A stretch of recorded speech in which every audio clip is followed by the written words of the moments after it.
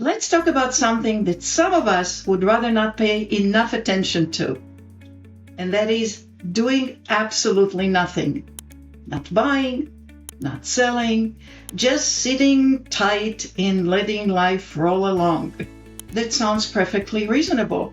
In fact, sometimes it is the right move. But in real estate, just like in life, doing nothing isn't always neutral. It often has a cost. Think of it like leaving leftovers in the fridge. Ignore them long enough, and eventually they stop being dinner and start being a scientific experiment.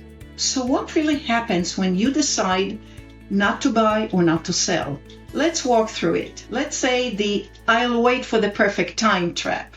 Oh yeah, the mythical perfect market timing. It's the real estate version of waiting for the perfect wave at the beach. You keep watching, thinking the next one will be the best.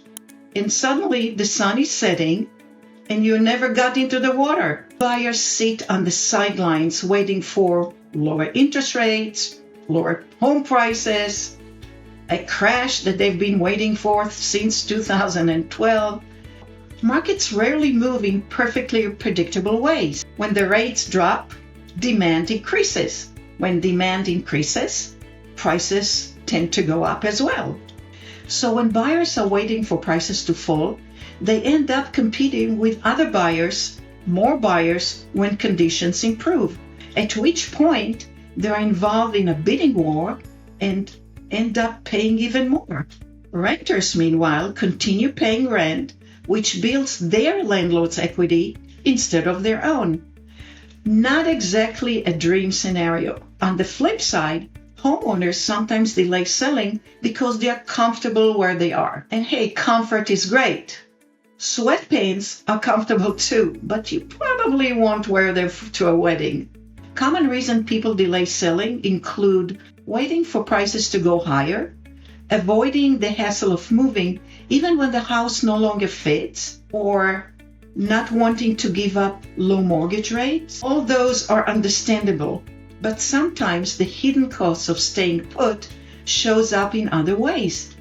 For example, paying for unused space in too big a house, or cramped living conditions in too small a house.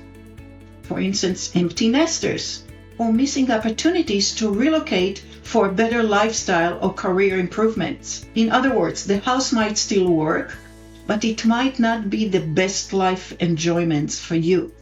Another food for thought for buyers. Inflation is quietly working against you. Here is something many people forget. Inflation doesn't take a day off. If you're holding for the perfect time, the purchasing power of that money in inflationary economy slowly shrinks. Housing historically tend to move along with inflation over the long term. It doesn't mean prices only go up. Markets cycle.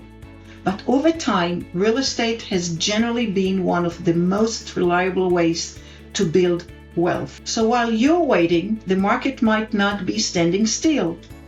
It's jogging. For buyers, the sneakiest cost of all is the opportunity cost. That might mean missing years of home appreciation, equity building, tax advantages for homeowners such as deductions or write-offs.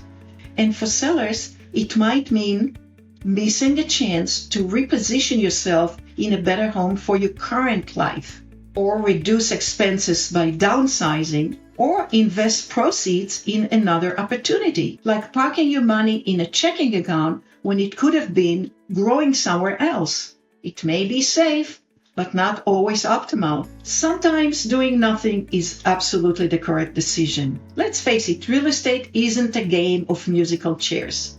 But the key is making that choice intentionally, not accidentally.